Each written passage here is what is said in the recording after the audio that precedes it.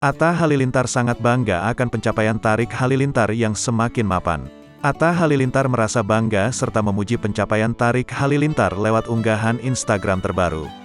Sebagai kakak, Atta senang karena Tarik sekarang bisa beli barang impian dengan hasil kerja kerasnya sendiri. Hal itu diungkapkan suami Aurel Hermansyah itu lewat unggahan di akun media sosial Instagram @atta_halilintar. Dalam unggahannya Atta Halilintar menampilkan potret dirinya bersama sang adik dengan latar belakang mobil mewah warna hitam. "Proud of you lil bro.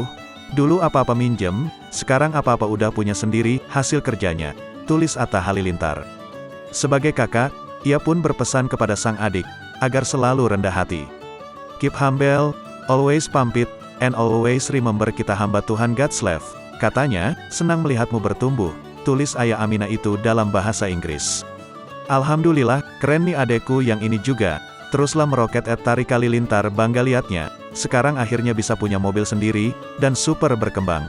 Jangan cepat puas ya, dan stay humble," komentar @Aurel Hermansyah. Atas unggahan tersebut banyak netizen mengatakan bahwa banyak perkembangan Tarik semakin meningkat setelah menjadi kekasih Fuji.